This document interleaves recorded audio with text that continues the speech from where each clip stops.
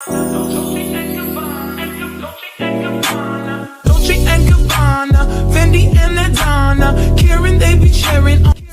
les gars, j'espère que vous allez bien. Aujourd'hui, on va parler d'un truc, la retouche photo. On est d'accord qu'il y a des avant-après des fois qu'on voit sur des comptes photos. C'est un truc de malade, on connaît même pas la photo d'origine.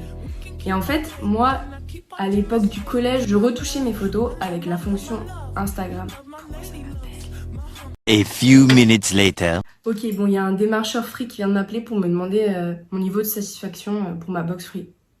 Du coup, j'étais en train de dire que moi, au collège, je retouchais mes photos juste avec la fonction retoucher Insta ou avec Pixar ou des trucs comme ça, des applis que je connaissais. Et en fait, avec mon dernier téléphone, donc le 7 Plus, l'année dernière, je crois que c'était pendant le confinement, j'ai découvert la fonction retoucher de iPhone dans photo. Et je me suis rendu compte qu'en fait, c'était un truc de ouf. Mais genre, vraiment. Genre, j'ai des avant-après de photos. On se dit pas que c'est la même photo. Quand on sait s'en servir, ça fait tellement ressortir les couleurs.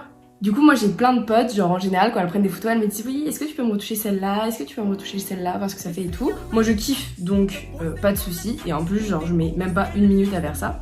Mais je me suis dit, pourquoi pas faire une vidéo pour vous expliquer comment je faisais. Comme ça, à la fin de la vidéo, vous saurez retoucher une photo en moins d'1 minute. Et vous aurez un Insta de qualité. Ou même pas pour Insta, des photos de qualité en tout cas.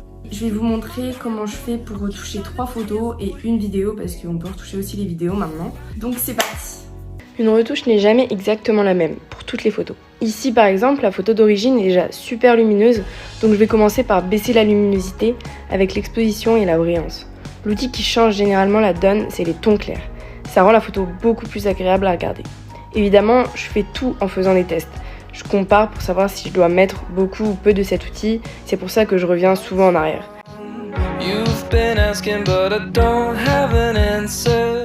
Mes 2 derniers outils favoris sont la saturation et la vibrance. Pour pas en faire trop, je diminue en général la saturation pour ensuite augmenter à fond la vibrance.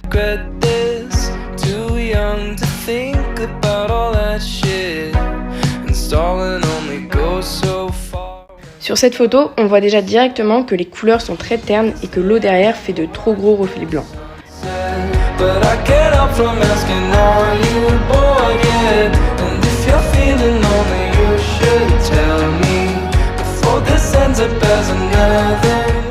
Grâce au ton clair, au contraste, à la saturation et à la vibrance, je peux rendre cette photo beaucoup plus chaleureuse.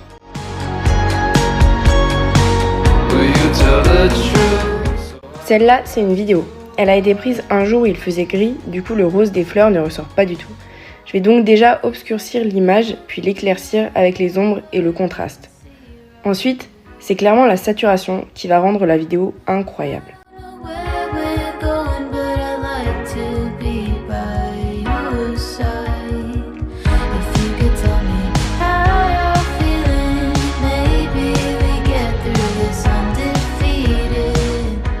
Celle-là, je voulais la rendre plus froide qu'à l'origine.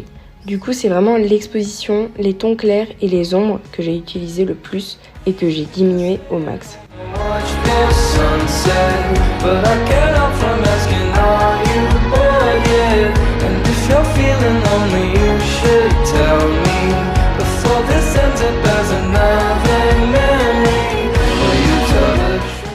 Voilà les gars, je pense qu'après cette vidéo, vous aurez un peu plus une idée de comment retoucher super rapidement une photo avec un iPhone.